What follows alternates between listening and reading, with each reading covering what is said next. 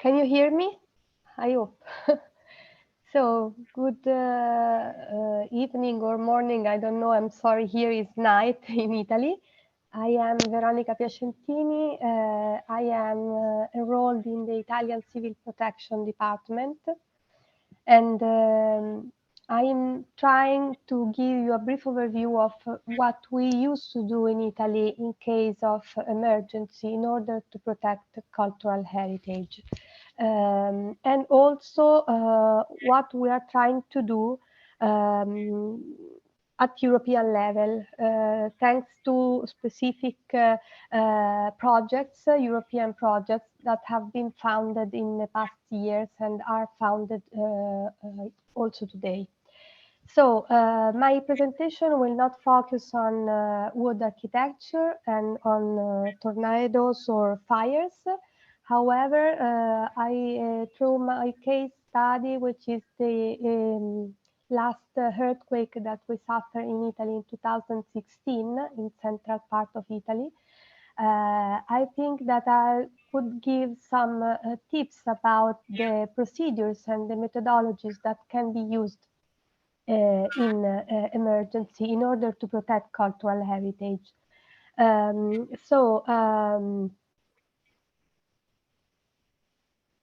First of all, I have to say that Italy is a disaster-prone country. We suffer many. We have many kind of hazards.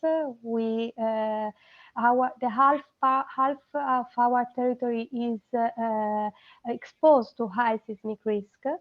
We have a third of the territory which is exposed to fire risk, and almost all the territory which is exposed to hydrogeological risk. And we also have 10 active volcanoes. So this means that, of course, we need to be prepared. And at the same time, we also have a huge amount of cultural heritage, almost any kind, archaeological sites, towns that are all considered protected by law because they are heritage, and movable and immovable cultural heritage. So, of course, it's very difficult. We are very proud of our cultural heritage, but we know that we have a big responsibility because we need to be able to protect this heritage for the future, for the next generations. So the first moment in which we realized that this heritage was so fragile was in 1960s. In the 1960s, when we suffered a big flood, the Florence flood, and at that time we didn't have a civil protection system. In fact, we had many damages also to the cultural heritage, and since that moment, we started to realize that a specific sector inside the emergency management system needed to be dedicated to the cultural heritage protection. So, especially in the last 25 years, we worked on that, and in some earthquakes that we had, starting from the Umbria Marche earthquake in 1997, we started to develop specific procedures, but also specific tools dedicated to damage assessment for cultural heritage, and also to have to specialize people, so to create specialized volunteers and to create specialized technicians, such as the firefighters, but also professional orders that could be employed, could be involved in these emergencies. In the last earthquakes that we had in 2009, 2012, and 2016, we improved a lot these procedures. And we now, I can say that in our system, we also include in the disaster risk management the protection of cultural heritage. In fact, our mandate, the National Civil Protection System has a main goal to protect human life, but also natural heritage, gods, and the environment. And how it works in Italy, we have, in case of a national emergency, the president of the Council of Ministers give the power to the Italian Civil Protection to coordinate all the other actors, all the other organizations, institutions, and among those, we also have, of course, the sector of cultural heritage. What is our legal framework? We have a Civil Protection Code. The last version was published in 2018, and it explicitly includes the protection, the securing of cultural heritage among the activities to put in place during emergency. We have, of course, a national program for rescuing seismic risk, and we also have a directive published by the Ministry for Culture, which deal with the emergencies related to cultural heritage. And thanks to these legal frameworks, we are able to coordinate all the main actors that needs to be included during emergency. So when an emergency occurs, the operational committee, it is a table, a strategic table is activated, and all the actors are included, also the Ministry for Culture. And in the field, we activate a command and control center.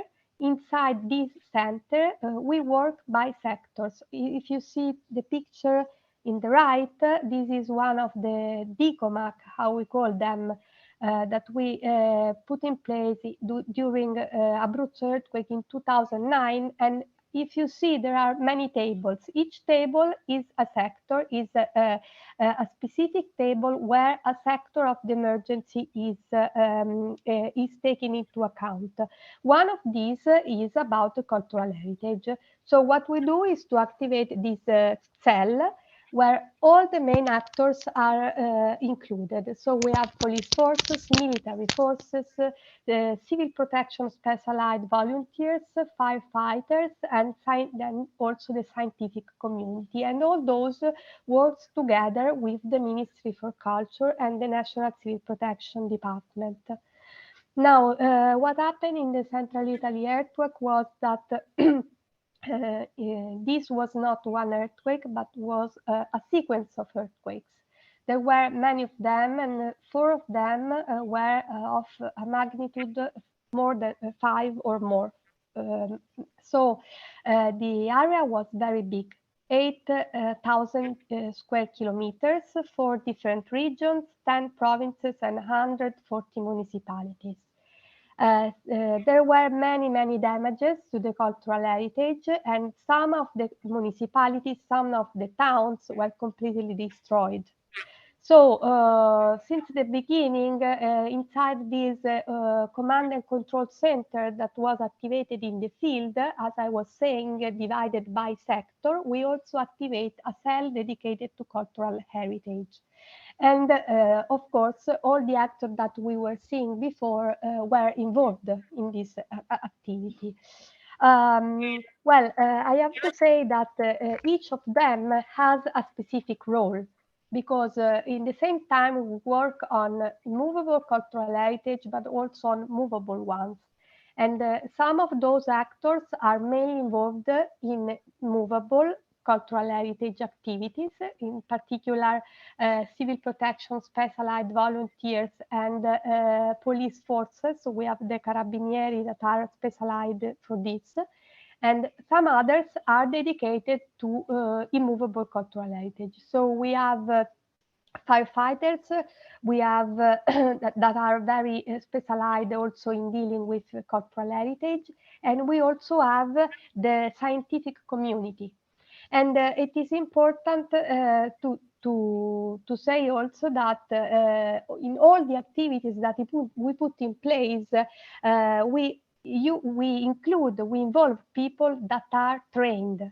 So I will show you this after, but just to say that even if we talk about volunteers, they have followed a specific course, training course that has been created by the Italian Civil Protection Department together with the Ministry for Culture. And the same is for the experts, the technicians that are involved in the damage assessment activities, because they need to be included in a list, and to be included in this list, you have to attend a specific course on damage assessment to cultural heritage.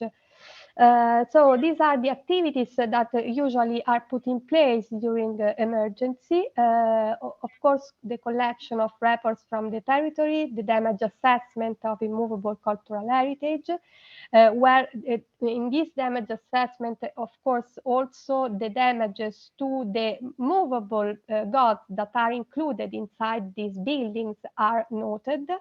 And then the activity of securing both immovable cultural heritage and movable one, to identify and setting up temporary storages, because they should be already prepared for emergency in peacetime, but in some cases is not at ease, of course. So it is needed to activate the system in order to create and to set up these areas.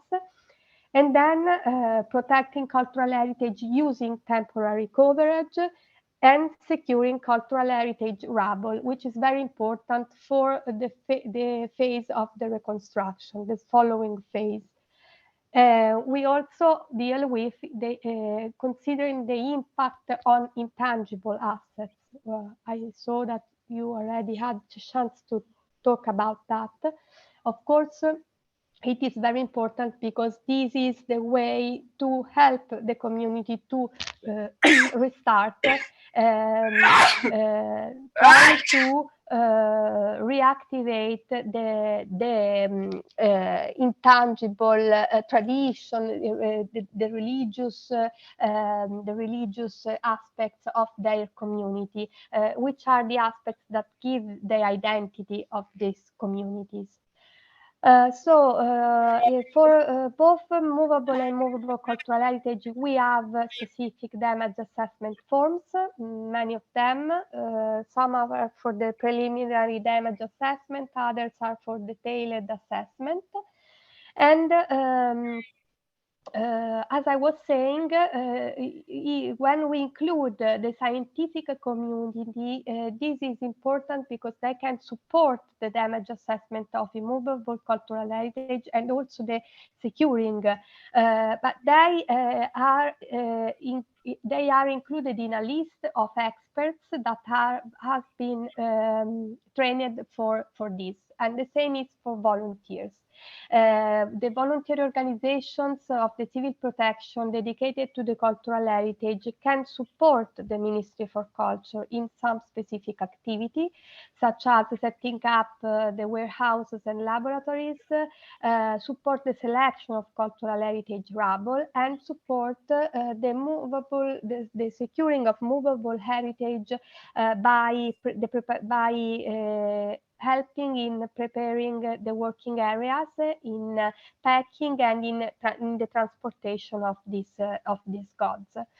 Now, for the last few minutes of this presentation, I also would like to give you a very brief overview also of what we are trying to do at the European level, because since 2015, we realized that this experience that we gained in Italy could be shared with other countries, and that it would be very interesting to understand also from the other country that could have had the same experience what was going on there. So we participate to a call for proposal to a project founded by you with this first project, Promede project.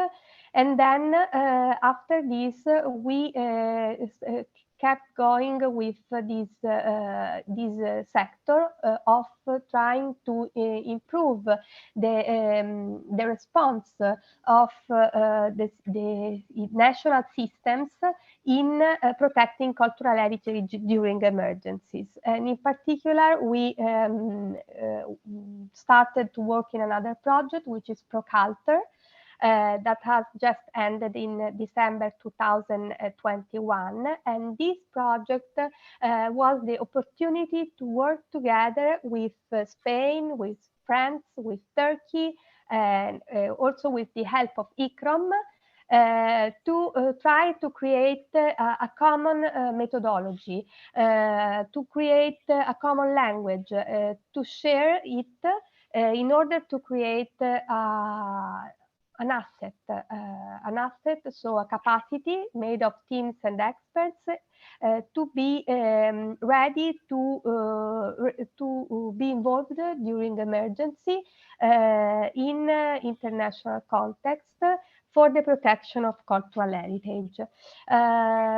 This project led to a methodology, a document, which is in the last phase of the editing, so will be published very soon. This is the index, because in this document, together with the other partners, we try to analyze some of the many important aspects, as well as some case studies, important case studies.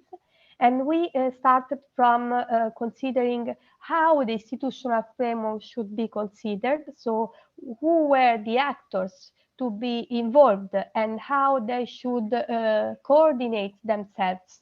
How they should create some protocols, some agreements in order to be able to act together during emergency. Then we analyze also the aspect of the planning and the inclusion of the cultural heritage in disaster risk management processes, and also the coordination structure, that how it should be, and some tools and data management system to be used. And we also thought about training standards to be considered for the preparation of those people.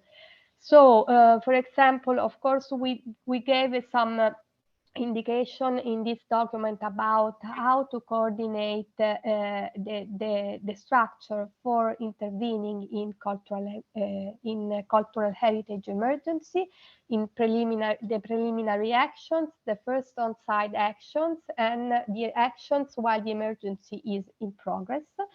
We create those tools dedicated to both tangible and intangible cultural heritage that could be, of course, used and adapted to all the national situation. And we also gave some indication about what sector, what elements should be included in training programs dedicated to the protection of cultural heritage. This project, as I was saying, is concluded at the same. In the same time, in the meantime, we started with another project, which is ProCulture.net, and this is the project in which we are working now, where the same partners of the ProCulture have been included, and we also add some other partners coming from Germany and from Portugal, because the idea is to create a network to learn from others' experience, discuss and agree new approaches, and define instruments as a basis for further improvement. And this thematic community that we would like to create with this project is, of course, the main goals are to create a thematic community on the protection of cultural heritage and to reinforce know-how transfer and learning processes. We will be very glad to share all the development of this project with all the people, institutions, countries, and organizations that could be interested in be involved in this network, because the final aim is to create a very inclusive network that could be the reference for also for the country that have not this kind of preparation, and that could be interested in learning more. With this, I concluded my presentation.